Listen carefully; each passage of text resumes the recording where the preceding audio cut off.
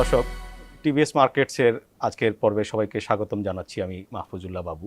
আজকে আমরা একজন বিনিয়োগ বিশ্লেষক, ইনভেস্টমেন্ট স্ট্র্যাটেজিস্ট উনি ইনফ্যাক্ট, তার কাছ থেকে শোনার চেষ্টা করব এই যে ম্যাক্রো ইকোনমিক যে একটা টার্বুলেন্স চলছে, তার মধ্যে আমাদের ইনভেস্টমেন্ট স্ট্র্যাটেজি কী হওয়া উচিত। আমাদের আজকের আমন্ত্রিত অতিথি NM আল হোসেন, উনি head of research and investment, Sheltech brokerage. Hossain ভাই, আপনাকে স্বাগতম। থ্যাংক ইউ মাহফুজ বাবু ভাই। হোসেন ভাই, লাস্ট উইকে আমরা শেষ দিকে দেখলাম যে IMF এর সাথে যে সমস্ত এক্সপেক্টেড আউটকাম আসছিল এবং মার্কেট সকালবেলা বৃহস্পতিবার দিন একটা মোটামুটি জাম্প স্টার্ট করেছিল, বাট দিন শেষে হেভি সেল প্রেসারে it ended flat. Why this is happening? আমার কাছে যেটা মনে হচ্ছে যে বেসিক্যালি এর আগে আমরা যে সেল অফটা দেখেছি মার্কেটে লাস্ট 4-5 সপ্তাহ যেটা আমরা দেখেছি, সেটার কন্টিনিউশনটা আমরা কিছুটা দেখেছি। আর আরেকটা ইস্যু যেটা হচ্ছে যে আমি বলবো যে গতকালকে যে জিনিসটা হয়েছে সেটা আসলে বেসিক্যালি পজিটিভ, বিকজ এর আগের দিন প্রিসিডিং ডেতে আমরা দেখেছি যে 33 থেকে 35 পয়েন্টের একটা কিন্তু আমরা কারেকশন দেখেছি। তো গতকালকে basically market at the end of the day কিন্তু প্রায় 10 থেকে 11 পয়েন্ট একটা পজিটিভ আমরা দেখেছি। তো যেটা হচ্ছে যে এর আগের যে এক মাসে যে মার্কেট যেসব স্টকে আমরা মার্কেটে প্রফিট হতে দেখেছি, সেগুলো কিছু প্রফিট তুলে নেওয়ার একটা প্রবণতা আমরা লাস্ট উইকে ভালোভাবে দেখেছি আর কি। তো সেটার থেকে হয়তো কিছু আমরা নতুন সেক্টর বা নতুন কোনো স্টকের ক্ষেত্রে আমরা হয়তো এই রিভার্সালটা আমরা হয়তো একটা এক্সপেক্টেড আমাদের ওই হিসেবে। পাশাপাশি হচ্ছে যে যেহেতু IMF এর এই নিউজটা এসেছে এবং পাবলিক এবং সবাই একটা নতুন একটা চিন্তার একটা খোরাক পেয়েছে, তো আমার ধারণা যেটা হচ্ছে মার্কেট এখান থেকে হয়তো আমরা একটা একটু রিলিজিং, একটা নার্ভাস রিলিজিং যে এটা ছিল সেটা হয়তো আমরা কিছুটা পাবো আর কি নেক্সট গোইং ফরওয়ার্ড। এই যে ম্যাক্রো ইকোনমি নিয়ে আপনার এই সব ধরনের এই প্রবলেমগুলো হচ্ছে এখন, এটার অবস্থা আপনি একজন ইনভেস্টমেন্ট প্রফেশনাল হিসেবে কি দেখছেন? আমরা রিসেন্টলি যদি দেখি, একেবারে ইমিডিয়েট এই ফ্রাইডেতে আসলে ইউএস মার্কেটে আমরা দেখেছি যে একটা ইনফ্লেশনারি ডেটা এসেছে। গোয়িং ব্যাক আমরা যদি নভেম্বরের 3 তারিখের দিকে যাই, তাহলে সেক্ষেত্রে তখন আমরা দেখেছি যে this is the 6th time federal reserve তার ইন্টারেস্ট রেট বাড়িয়েছে। তো তার আগ পর্যন্ত আমরা দেখেছি যে US dollar against major currencies হচ্ছে গিয়ে স্ট্রঙ্গার হয়েছিল। সো গতকালকে যেটা দ্যাট মিনস ফ্রাইডেতে যখন ইনফ্লেশনের ডেটাটা আসছে, তখন আমরা ডলার ইন্ডেক্সকে একটু ব্যাকট্র্যাক করতে দেখেছি এবং ওদের বাইরের যে গ্লোবাল মার্কেট আমরা দেখেছি যে ওরা বেটার পারফর্ম করেছে রিলেটিভ টু আর্লিয়ার ডেইজ। তো ওই এক্সপেকটেশনে এখন মার্কেটের যদি একটা এক্সপেকটেশন বিল্ড আপ করে যে ইনফ্লেশনের যে এক্সপেকটেশন, সেটা অলরেডি ফেডের যে অ্যাকশন আমরা দেখেছি যে ইন্টারেস্টের টাইটানিং মনিটারি পলিসি, সেটার কারণে ইজি হয়েছে। সেক্ষেত্রে হয়তো মার্কেট একটা পজিটিভ ভাইব্রেশন আমরা অ্যাক্রস দ্য গ্লোব আমরা হয়তো দেখতে পারি গোয়িং ফরওয়ার্ড শর্টার টার্মে। দ্য রিয়েল কোশ্চেন ইজ হচ্ছে কি আমাদের মার্কেট কি আপনার is that much link with the situation? Previously আমাদের মার্কেট বলা হতো যে নেগেটিভলি কোরিলেটেড। হ্যাঁ, লাইক আমরা 2000 to 2010 পর্যন্ত, যেখানে বিশেষ করে 2000 থেকে 2002 যেটা .com বাবল হয়েছিল ইউএসএতে, সেই সময় বাংলাদেশের মার্কেট বটম আউট করে বরং বেটার রিভার্সালের দিকে গিয়েছিল, ওয়ার ইজ ইউএস মার্কেট সেখানে ফলিং মোডে ছিল। 2008-এও আমরা একটা ফিনান্সিয়াল রিপ্রেশন যেটা আমরা দেখেছি, সেই সময় আমাদের মার্কেটও ব্যাটারিং হয়েছিল শর্টার হরাইজনে, কিন্তু এরপরে আমরা বেড়ে গেছিল 2010-এ। সো সেই পার্সপেক্টিভে বলা হয় যে আমাদের মার্কেট একটু হয়তো নেগেটিভলি কোরিলেটেড। বাট এরপরে আমাদের কিন্তু আসলে কিছুটা কোরিলেশন এখন অবভিয়াসলি আছে। আমাদের এখন এক্সপোর্ট ইম্পোর্টের সাইজ অলমোস্ট কিন্তু $100 বিলিয়ন, দুটাকে যদি আমি কম্বাইন করি। আমাদের ইভেন যে ফাইন্যান্সিয়াল যে অ্যাকাউন্ট যেটা আমরা যেটা বলি ফরেন ডেট, সেটা সাইজও কিন্তু গ্রস বেসিসে প্রায় $100 বিলিয়ন মতো। সো আমরা এখন আর বলতে পারবো না যে আমরা আসলে নেগেটিভলি কোরিলেটেড। ইনফ্যাক্ট আমি কিছু ইনসিডেন্টস আপনাকে দিতে পারি যে সেক্ষেত্রে কিন্তু আমাদের গ্লোবাল মার্কেটের সাথে কিন্তু আমরা ট্র্যাক করি। যেমন 2000-এ .com বাবলে আমাদের মার্কেট শর্টার হরাইজনে কিন্তু কারেকশন হয়েছে। 2008-এ আমরা একটা লো দেখেছি আমাদের লোকাল মার্কেটে। Up to April. হ্যাঁ, 2015-এ যখন ফেড তার ইজি মনিটারি পলিসি থেকে টেপারিং অফ করা শুরু করে, তখন একটা আমরা ইমার্জিং মার্কেট এবং ফ্রন্টিয়ার মার্কেটে ব্রড সেল অফ দেখেছি। 2020-তে কোভিড সিনারিওতে তো অ্যাক্রস দ্য বোর্ড সব মার্কেটই কম পড়েছে। 2018 থেকে যখন ট্রাম্পের সাথে চায়নাতে ট্রেড ওয়ার শুরু হলো, তখন থেকে আমাদের এখানে কিন্তু প্রচুর ফরেন সেল আমরা দেখেছি, এখনও যেটা কন্টিনিউয়াস আমরা দেখতে পাচ্ছি। সো গোয়িং ফরওয়ার্ড আসলে আমরা যেটা বলা হয় যে নেগেটিভলি কোরিলেটেড, একেবারে নেগেটিভলি কোরিলেটেড আমি বলতে রাজি না। এটার ফান্ডামেন্টাল আর একটা রিজন ছিল যে আমাদের যেটা বলা হচ্ছে যে নেগেটিভলি কোরিলেটেড, সেটা মাইট বি এরকম একটা ইস্যু হতে পারে যে আমাদের 2000-এর দিকে আমাদের, বিশেষ করে 1997 থেকে 2000-এর দিকে আমাদের একটা বড় গ্যাস ফিল্ডের আমরা কিন্তু ডিসকভার করতে পেরেছিলাম, যেটা বিবিয়ানা গ্যাস ফিল্ড। সেটাই কিন্তু এখন আমাদের পুরো কান্ট্রির যে গ্যাস ডিমান্ড, সেটা 50% কিন্তু এরাই প্রোভাইড করছে। সো ওই সময়টা আসলে একটা আমাদের বাংলাদেশের ইকোনমি এবং স্টক মার্কেট দুটো একটা হ্যাপি টাইম দেখেছে আমি বলবো 2000 to 2010। At that time industry almost একটা ফ্রি এনার্জি কস্টিং দেখেছে, হোয়ার ইজ ইন্টারন্যাশনাল মার্কেট 2000-এর .com বাবলের পরে 2008 পর্যন্ত কন্টিনিউয়াস কমোডিটি প্রাইসিংয়ের আপরাইজিং দেখেছে। যেটা বলা হয় যে 1970s-এর পরে one of the largest up movement. Even 2000-এর দিকে ডলার মার্কেট, ডলার ইন্ডেক্স ছিল 120, যেটা এখন আমরা প্রায় কাছাকাছি, আমরা অনেকে দেখতে চাচ্ছে যে ক্লোজ টু 120 রেঞ্জে। আমরা কয়দিন আগে দেখেছি 114-15 এই ইন্ডেক্স লেভেলটা, ডলার যে ইন্ডেক্স, যেটা মেজর কারেন্সি এগেনস্টে। একটু ব্যাক এন্ডে যদি বলি, 1998-এ আমাদের একটা বন্যা হয়েছিল, রাইট? এবং অ্যাট দ্যাট টাইমে আমাদের ফিনান্সিয়াল যে ফরেক্স রিজার্ভ, যেটা ফিনান্সিয়াল অ্যাকাউন্টের জন্য, বা আমরা যদি বলি যে ফরেক্স রিজার্ভ, বিওপি, আমাদের বিওপি $1.3 বিলিয়ন হিট করে 2001-এ, যেটা রিসেন্ট টাইমে, যেটা 1996 বা 7-এর দিকে ছিল $3.5 বিলিয়ন। সেটা কিন্তু আমরা ডিপ্লিট করে $1.34 বিলিয়ন নেমে যায়। সেখান থেকে কিন্তু রিভার্স করে 2007-8 পর্যন্ত, 2010 পর্যন্ত। 2010-এ আমাদের ফরেন রিজার্ভের সাইজ দাঁড়ায় $11-12 বিলিয়ন চলে আসে। তো ওভারঅল সিনারিওটা আসলে বাংলাদেশের জন্য তখন খুবই ফেভারেবল ছিল। তো সেই হিসেবে তখন আমরা এটাকে বলতেছি যে নেগেটিভলি কোরিলেটেড, বিকজ অফ একটা সিগনিফিক্যান্ট আমরা গ্যাস রিজার্ভ পেয়েছিলাম, যেটা পুরো কান্ট্রি এনজয় করেছে। তখন আমাদের বেস ডাউন কম্পারেটিভলি অনেক ছোট ছিল এবং the jump was much bigger in percentage terms. এখন পটেনশিয়ালসগুলো কতটা আছে, বা আদার চ্যালেঞ্জেস যেগুলো নিয়ে আপনি কি দেখছেন ম্যাক্রো ইকোনমির জন্য?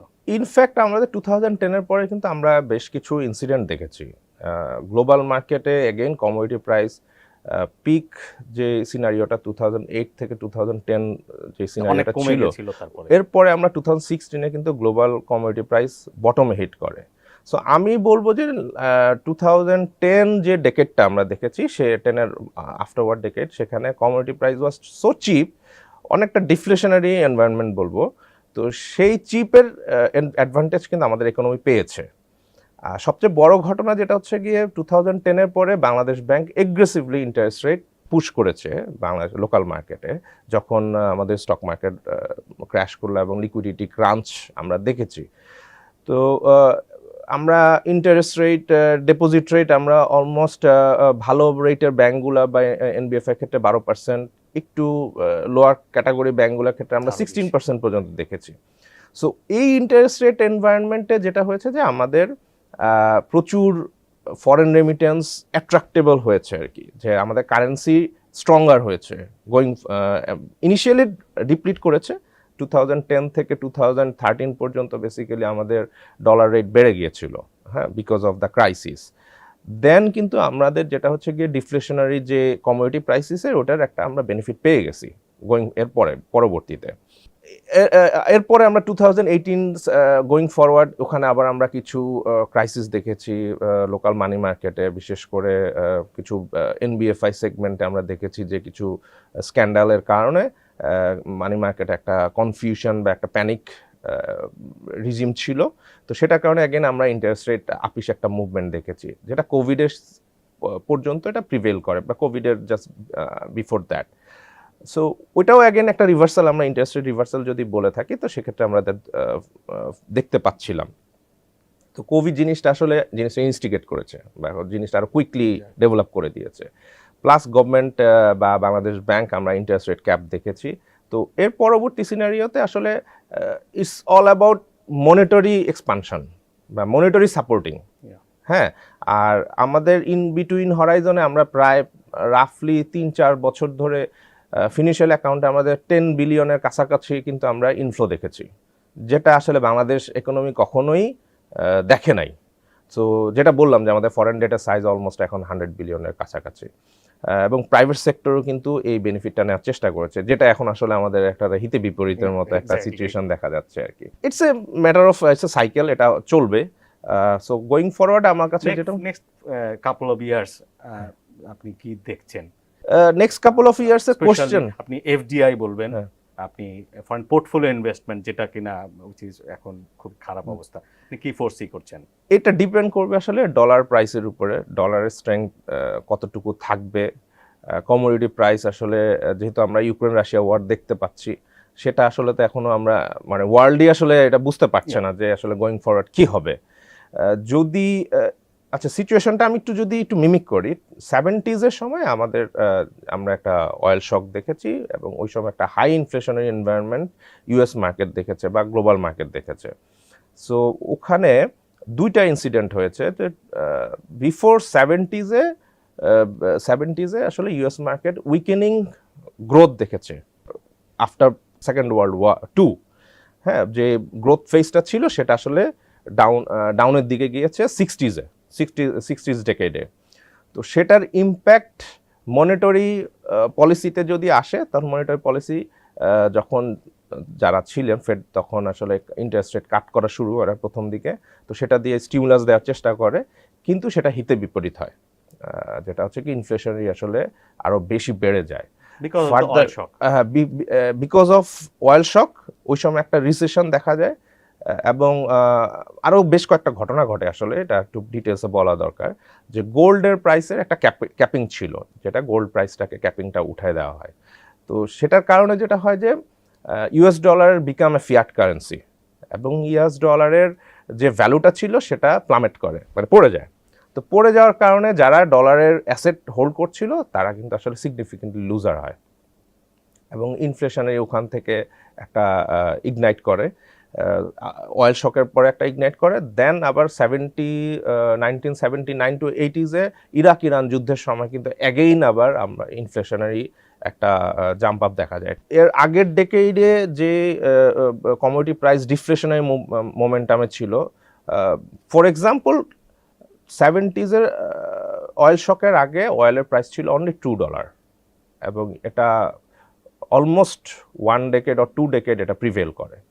অয়েল শকের পরে অয়েলের প্রাইস সেটা $12 হিট করে। হ্যাঁ, গোল্ডের প্রাইস যেটা ক্যাপের আগে ছিল $35, সেটা গিয়ে হিট করে $750-1000। হ্যাঁ, এই হোল ডেকেডে।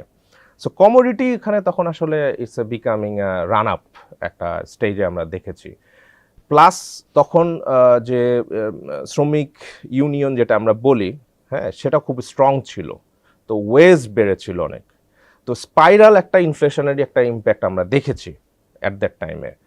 সো এইবারের সাথে এটার একটু ডিফারেন্সটা হচ্ছে যে আমাদের ওই ওয়েজ বা শ্রমিক ইউনিয়ন যেটা বলি, সেটা আমরা এখনো পর্যন্ত ভাবে দেখতে পাচ্ছি না।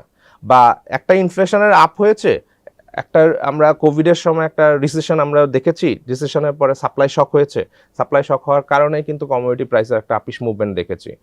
এখন ইনফ্লেশন একটু কমেছে, কমোডিটি একটু কমেছে, বিকজ ডলার রেট হাই, এটা একটা রিজন। প্লাস ওয়ার্ল্ডে একটা এক্সপেকটেশন আছে, যেহেতু রিসেশন ইজ কামিং, ওই এক্সপেকটেশনে কমোডিটি একটু কুল ডাউন হয়েছে। বাট এটা একটা ডবল এজ সোর্ড। হ্যাঁ, ডলার রেট কমে গেলে commodity it's tend to be going up. তো এটা একটা সিগনিফিক্যান্ট সমস্যা। তো এই সমস্যাটার সমাধান আসলে all lies on further development in Ukraine Russia war. কারণ এখানে যদি ফার্দার আমরা স্যাংশন দেখি, বিশেষ করে অয়েল এবং গ্যাসে, যেটা ইউরোপিয়ান ইউনিয়নের কথা বলছে, সেক্ষেত্রে এনার্জি প্রাইসে অ্যানাদার হয়তো আরেকটা আপিস মুভমেন্ট আমরা এরপরে দেখতে পাই। তো সেটা আসলে ইনফ্লেশনের জন্য কিন্তু ভালো না, ইনফ্লেশন এক্সপেকটেশনের জন্য। আর রিসেন্টলি আমি একটা আর্টিকেল পড়ছিলাম, আপনারা জানেন যে মাইকেল বারি, উনি বিগ শর্টম্যান।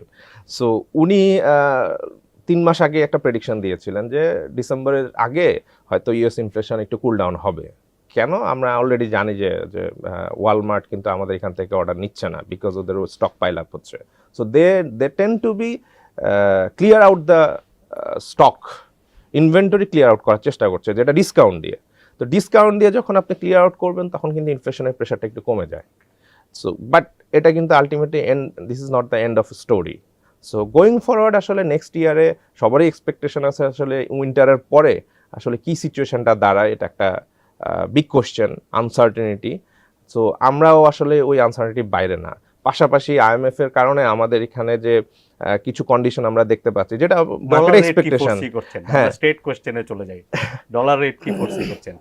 অবভিয়াসলি এখানে যেহেতু ডলার ক্রাইসিস আমরা দেখতে পাচ্ছি মার্কেটে, সেক্ষেত্রে it's tend to be going up.